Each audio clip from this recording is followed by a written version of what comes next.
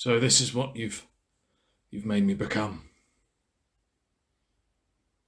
What once was an incredibly confident, high-achieving Sloane Square resident has been turned into, well, this.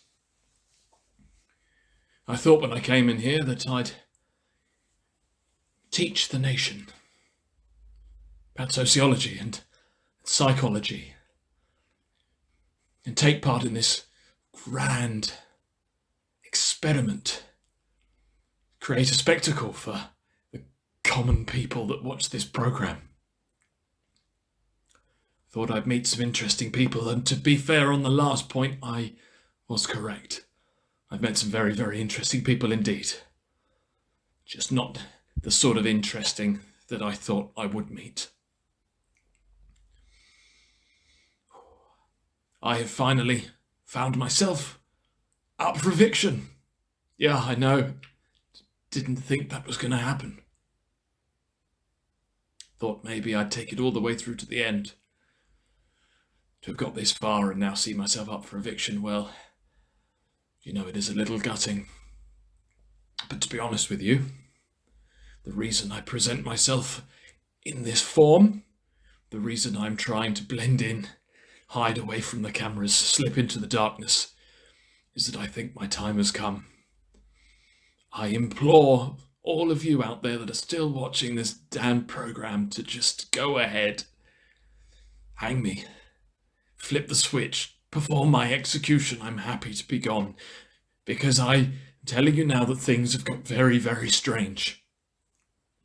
I see now all the nightmares, all the screaming, the arguments, the phantom plate throwing, the strange noises, the mutterings about floor tiles changing, about swimming pools appearing, about wallpaper changing.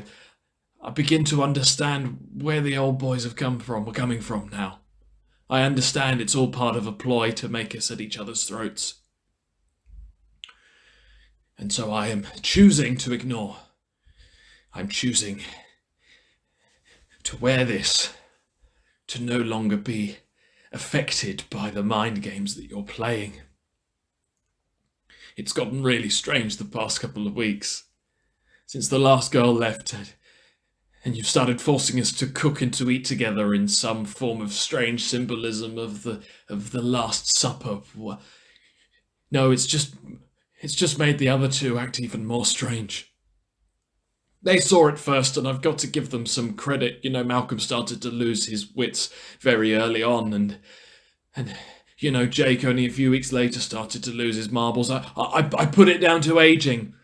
I thought perhaps you'd done something terribly cruel and got in an old fellow with dementia or something, but I started to see it.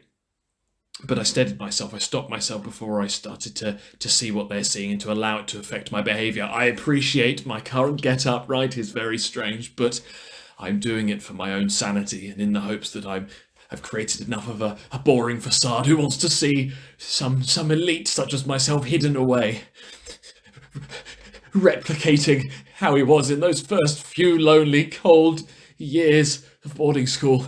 Who wants to see that? I'm creating this. This is performative. Get me out. Sorry. Stay on target. So we're all sitting there eating together, and then this Malcolm starts to work the fork, work his fork around his spaghetti as if a master conductor might work his baton, and he twirls it, and I see those delicate, moist strands of spaghetti twisting so effortlessly around it, and then he starts to do this bizarre paternal movement like an aeroplane towards a child.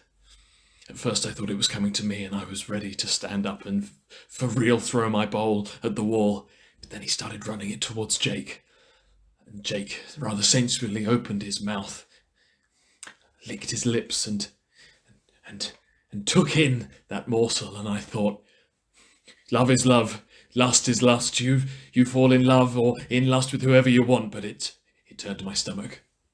It was very strange. I did not like it at all.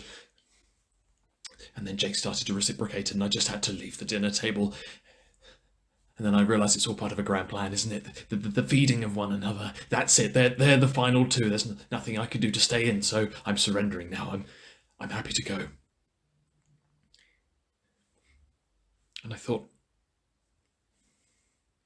maybe the worst was to come, and then I bumped into Jake a couple of days ago, and his eyes just turned, and I thought, that's it.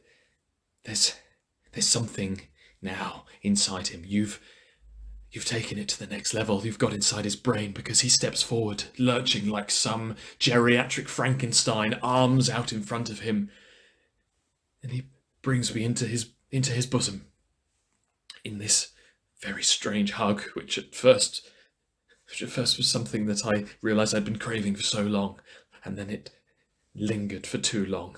It lingered, and his grip grew stronger. His nose nestled into my hair. He began to sniff me, and I just didn't want it. I was like, no, let go, no more. And I pushed him off, and I told the old coot exactly what he was. That he was sick and twisted, and I left. And I thought maybe that was the strangest moment, until I started to see around the house the traps that you, Big Brother, had laid for us.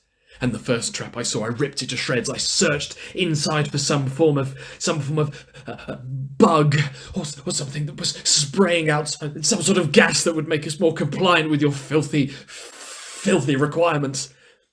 I pulled out the stuffing, threw it about the place, and I thought that was it. And then it started to appear more and more of the same little dolls. And so I've embraced it. I realise it's not a trick. It's now supposed to be some sort of comfort to me. So I've embraced it. If the old men are going to go 2 for 2 against each other, I need an ally myself. Yes. What you thought was a way of trapping me, I have now taken to my heart. No matter what happens now, Sir Frosty Pants and I, we're going to live out the rest of our days in this house with respect and with dignity, aren't we?